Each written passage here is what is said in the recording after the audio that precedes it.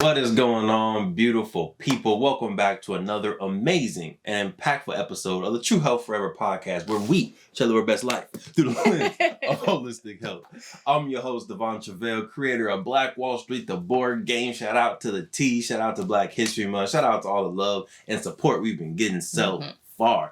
And as usual, I have with me the beautiful, the smiling, the curl-rific, the melanated galactic queen herself. Talk to the people. What's up, party people? My name is Sinclair, aka the Health Nerd. And yes, joining you on a lovely Valentine's Day. Shout out for to y'all. It'll be past Valentine's Day, but we're recording on Valentine's Day. So yes, shout out to love, shout out to self-love. All the above. All that. So week recap. Talk to us. How was your, February, midweek, getting into it? It was kind of a stressful week. Had to throw off my schedule a couple of times, wake up really early. You did. Which is, God, that's terrible to have to do multiple days. Yeah, so a little bit of a stressful week. But happy that it's the weekend. Happy that it's Valentine's Day. We're going to have a little bit of a relaxing day. I think I don't really know all of it's planned. So, but I know we're going to the beach, which is one happy place. So I'm excited for that. Nice.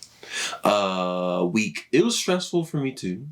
I feel like Black History Month is just stressful for so many different reasons. I feel like obviously we have a Black-centered game and company, so we get an uptick in love and support, which is good. We're not saying stop supporting us during Black History Month, but that's obviously more time and customer service and effort being that.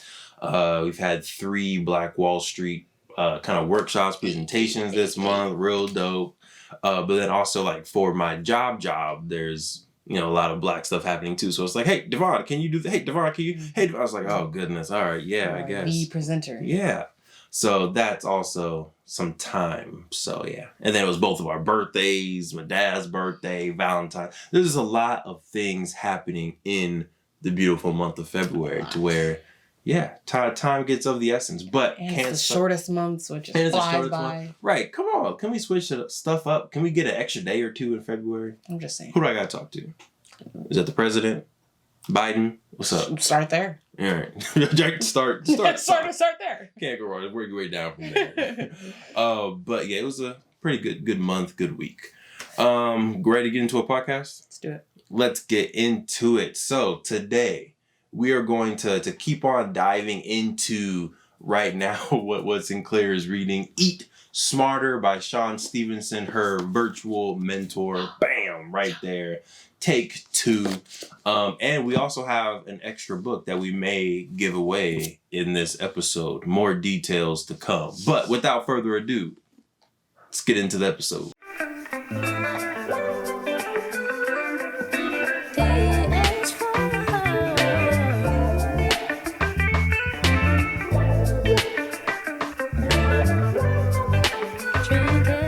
So, Queen, let's hop right into it. What is the topic that we're diving into from Eat Smarter? We're going to talk about the 4 different types of dieters. And that is people who diet. And so basically what that talked about at the end of this book, and basically why that's important for you to know. It basically almost breaks down different personalities, but as they pertain to how you approach a new diet or approach really anything new. You can really insert this into any new venture that you're going to try, but specifically, what it talks about is when you're starting a new, eating healthy, you're starting a new diet, you're starting a new way of eating and, trying something new. How do you approach that situation? So it's important for you to know what type of personality you have and which type you are so that you can be proactive about knowing that this is generally my pitfall. A lot of us go through the same cycles of trying a new diet, all right? And they all end the same way for a lot of people, including myself. In my weight loss Journey. Yes, thank you. Mm. You know, I will try. I've tried. There's been times where I've tried new things, and they all pretty much end the same way. So it's important. How is that? How do they end? It just falls off at some point. You stop doing what you're supposed to be doing, right? You know, for me, it's consistency. Consistency is like one of my biggest things.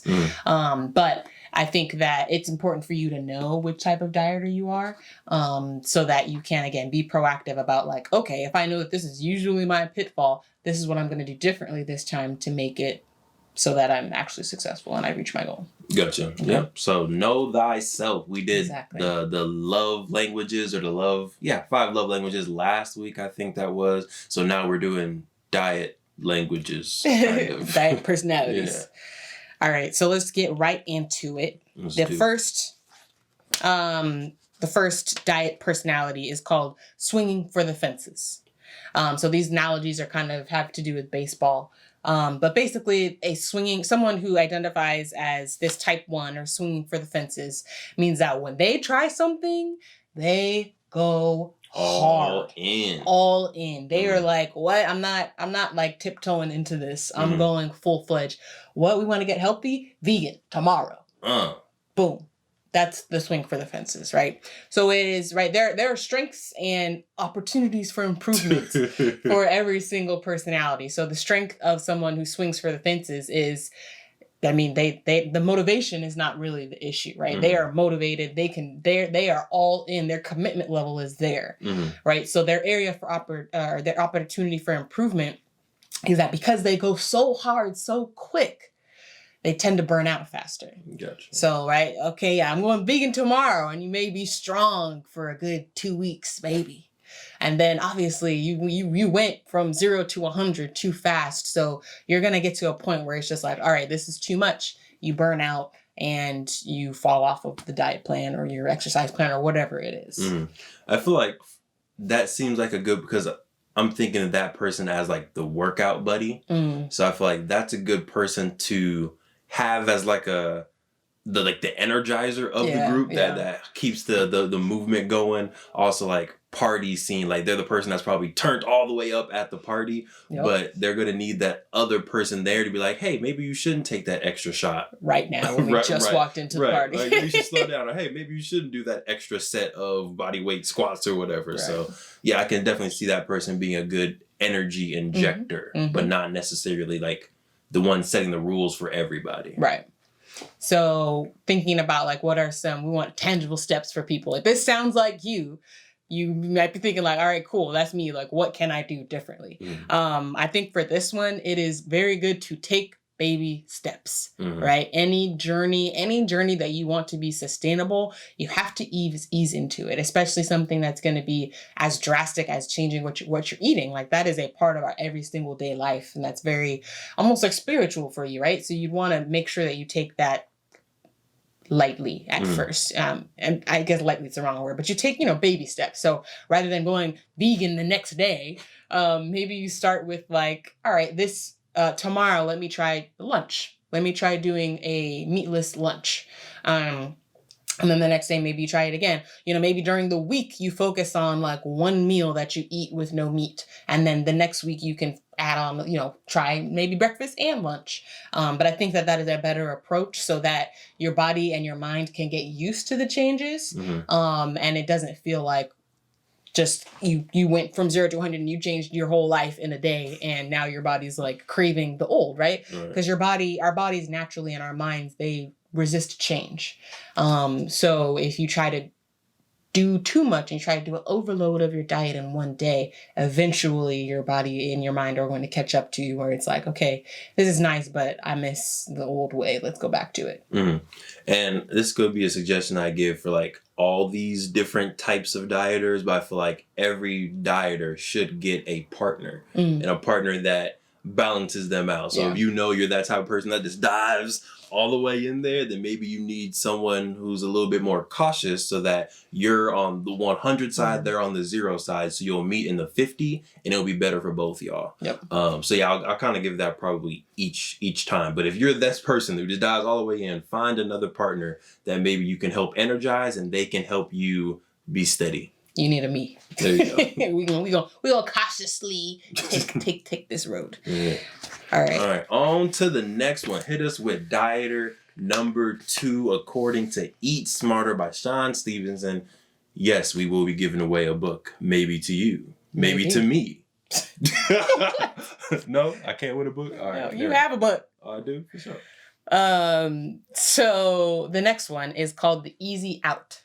So this person is very easy in, right? So they're very, basically, I'm almost thinking it should be called like easy in, easy out. So they're a person that's like, you know, hey, I want to try this new workout class. You want to join? They're like, yeah, I'm down. Let's do it. Like, they don't think too much about it. They're just like, yes, I'm down. But the problem with that is that they are also very easy to bow out of something the minute that it gets hard. Gotcha. So, right, we're talking about strengths and weaknesses. I call this the double Dutch dieter.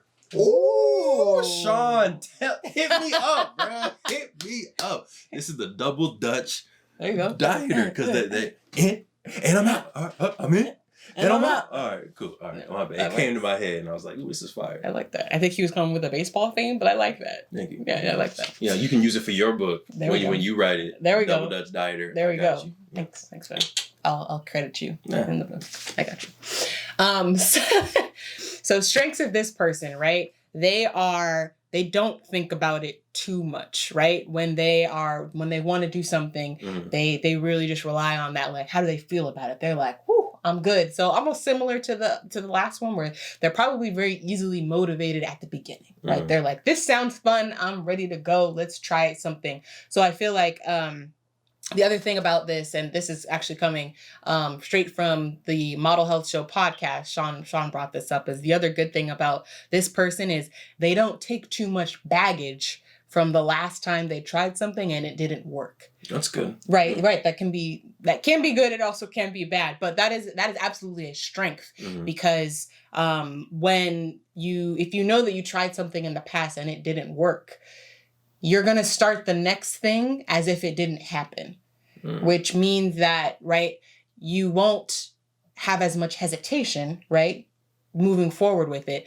The not so good thing about that is you may not learn from your past mistakes as easily, right? So I think it as absolutely a strength, but also can serve as a weakness depending on the person, depending on how often you start and stop things. But yeah, that's kind of the strength and our area of improvement for the easy out person. So for me, I think I'm a easy out, easy in, maybe not easy out, but like for starting businesses. I feel like, ooh, business idea, cool. Yeah, let's start it. Ooh, yeah, let's start it. So for me, I think this type of person needs a accountability, either system or partner that can let them know whether something is a good idea or isn't a good idea. Yep. They can remember like, remember back in 2008, you tried that, it didn't work. Or, remember 2015, you tried that, it worked great. And now you're doing it again. So stick to it. But I feel like they need that kind of historical person that can let them know, but also will be real enough to say like, yes, you're going to stick in, or like, no, you shouldn't do that. Right. And I think that they should almost like maybe like a list of like 3 questions where it's like, okay, is this something I really want to do? How much time do I have to commit to this? And what's the goal I'm trying to reach or something? You know, so maybe just like 3 easy questions that you answer, and you know, whether depending on that answer should determine whether you actually go into that or not. So like for me, for business ideas, I usually have 2 checks. I have a check with you, like, all right, is this a good business idea? What do you think? And then sometimes I also double check with Markel too. Like, all right, Markel, what do you think about this business idea? You got a logo idea. And I feel like if both of y'all say it's a good idea, then it's something I for sure hit the ground with. If like one says yes, another one says no, then it might be something I write a proposal for, but don't do right now. So long story short, if you're this person, if you're the double Dutch dieter, sorry, Shawn, I think our name is better, then you might want to make sure you find that 1 or 2 people that can hold you accountable. And then the last thing I'll add in terms of something so this is actually probably like the opposite of my personality. So I think something, right? I think it's cool when you have opposites because you can basically take like, all right, so what is that person really good at? Mm-hmm. Planning for complications. Mm-hmm. It's a strength. Mm-hmm. But that is something that maybe is not a strength for the easy out person. So think about like that can be maybe one of the questions is like, what is the potential complication that I can, or what is the biggest roadblock that I can experience when I'm going to start this new diet or when I go to start this new spin class? Like, yeah, it's going to be hard. So I feel like you have to plan for it to be hard. So you can push through that thing. But if you're going into it thinking, this is going to be great, this is going to be the best thing I've ever did in my life, it's going to go so smooth, then yeah, you're going to be a little bit caught off guard when things don't go the way you want it to. Good point. Yeah. Nice. All right, we're rounding third base. Since all these baseball theme, rounding third base, queen. Yep. We're sliding into it, and we're sliding on what diet? Caught looking. Caught looking. So the caught looking person. This is you, isn't it? Yeah. So the caught looking is funny. Like if you've ever taken any type of like social style or personality test, they're like the cautious analytical one. And so they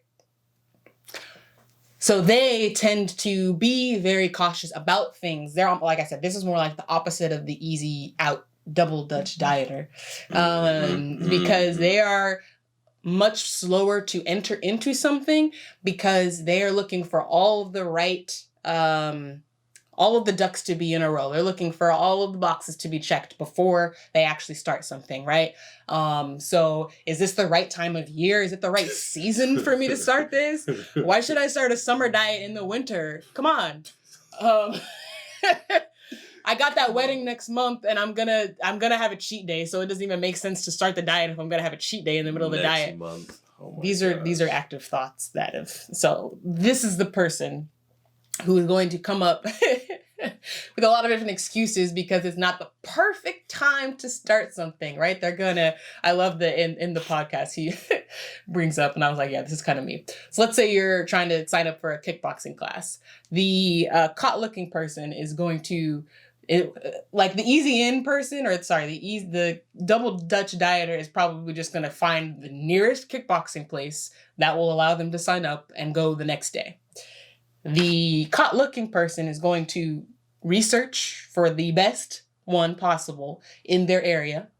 They're going to look for, what even makes a good kickboxing place. They're going to look for what should you be wearing when you go kickboxing. What type of gloves should you have? What are the best gloves for beginners? They're going to be looking at all of these things before they even sign up for the class. 5 years later. Exactly. It's been a month. You said you want to start a kickboxing class and you still haven't started it. So that is talking about strengths and weaknesses. The strengths of someone caught looking is that they do think about it long and hard before they actually... They got all the research. They got all the answers. They think about it. So they're not going to join something unless they really want to do it. The problem is all of the time and effort that they spend on researching not only delays the process, but it just makes it less likely that it will actually happen. Because again, the longer you push it out, there's always going to be an excuse not to do something. So yeah, the longer it is delayed, the less likely that it will actually even come to fruition. Right. And again, for me, I think this type of amazing, beautiful, analytical, cautious, again, amazing person. Thank you. I feel like they need that either the the swing for the fences type person that will like let them know like, hey, you can do this, you can swing for the fence, and then the cautious person will be like, maybe I'll just go for third base. So it's like, cool, you still got out there. Or a accountability partner that can help push them a little bit further. Again, I'm thinking about business and how you had your amazing intermittent fasting plan like done, complete for almost an entire year, but we were like cautious about putting it out there. And then there was finally a time where we're like, you know what, forget it. We're gonna put it out there. We're gonna put this intermittent fasting plan out for the world. We're gonna give it away for free. And then you got like hundreds of downloads. My goal was 10. Yeah, you like, I just want to give away 10 for free. And we put it out there and like hundreds of people got it for free. And it's like, look, see, put it out there. Don't be overly cautious. Once you have it done, you know, do the research enough to feel confident and be ready, but don't necessarily go for that perfection time. So yeah, I think that person needs a swing for the fences or a accountability partner. Agreed. I got you, Queen. Thanks.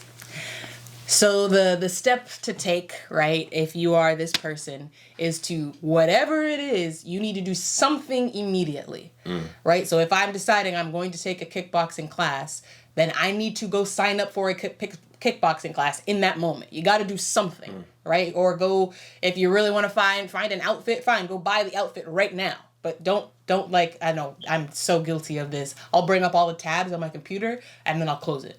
It sounds silly, but I'm just like, I just want it to be there for when I'm ready to go and look for which one is going to be best, or when I'm ready to hit the gas pedal. I just want it to be ready.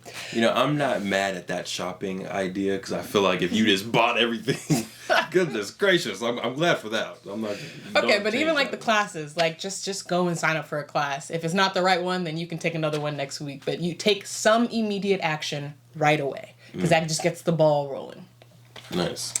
All right. Are we going Last to one. home base? Yep. Home Sliding base. in. Jackie Robinson sliding safe on what plate? The all-around player. Yep. Hey, that's Jackie Robinson too. Yep. Perfect. It's just I knew what was coming up. It's like you knew. So the all-around player is someone who may not be great at everything, but they're pretty good at a lot of things. So I'm just going to read this. An all-around player personality type might not be great at any one thing, but they're pretty good at a lot of things. Or in case of someone like Ozzie, and they're talking about Ozzie Smith, who is a Hall of Fame shortstop. They may be excellent at one thing and then work to lift up the other dimensions of their game.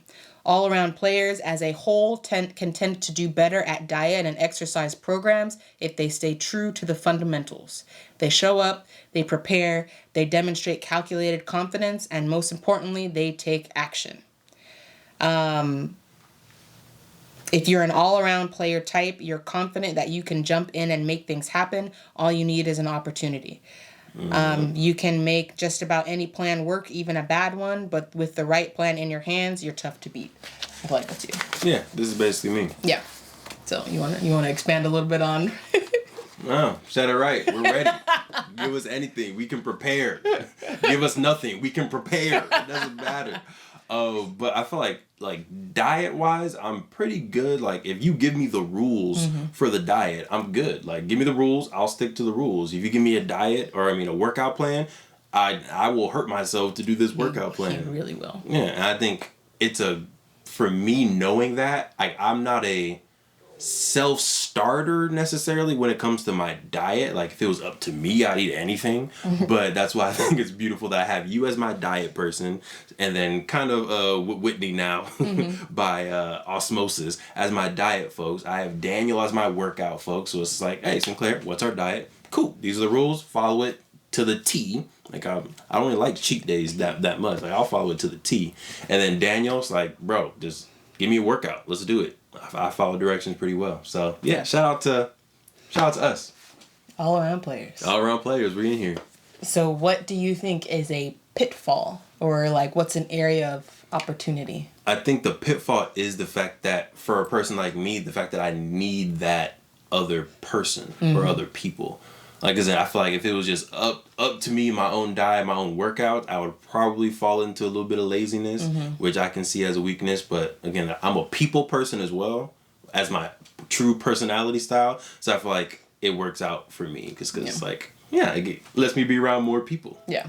I feel like, so he basically says one of the pitfalls of the all-around player is they are reliant, they are reliable, they just have to show up. Mm-hmm. And so that can be the pitfall, is not showing up. And I think that is similar to kind of what you were saying in terms of like sometimes you can be lazy, that can be symbolically of not really showing up, and you know they may need that extra push. But I think, to your point, I think it's kind of like I think it is a good spot to be in, to where as long as you have something to do, as long as you know what to do, the rest takes care of itself. Yep. So it's pretty good.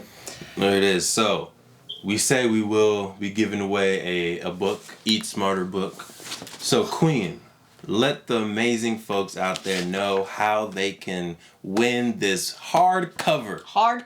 Just came in the mail from Shawn Stevenson himself. I heard he packed it in the box. I'm just kidding. I don't know. I don't know about all that. But how can folks win an Eat Smarter book? Yes, and just so you know, this includes a 30-day plan. He's got a whole plan and some recipes in the back. Bacon quiche, classic breakfast and veggies. So it's very tangible solutions in this book. So in order for you to win your free copy of Eat Smarter by Shawn Stevenson, what you need to do is comment below this video and let us know which type of dieter you identify with. Be real. Be real with yourself. All right, I don't want to see a whole bunch of I'm all around. No. Some of y'all be double dutching. Don't play. Right. Be real. If it's like, that's not me. I know that's not me. So just be real with yourself. So yes, let us know which one were you like, yeah, that's me.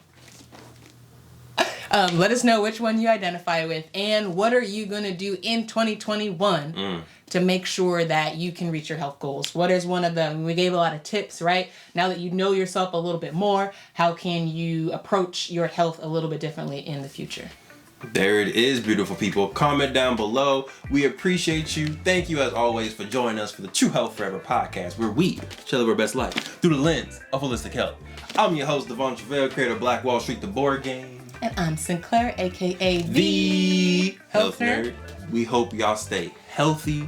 We hope y'all stay mentally wealthy. And of course, we hope y'all stay true.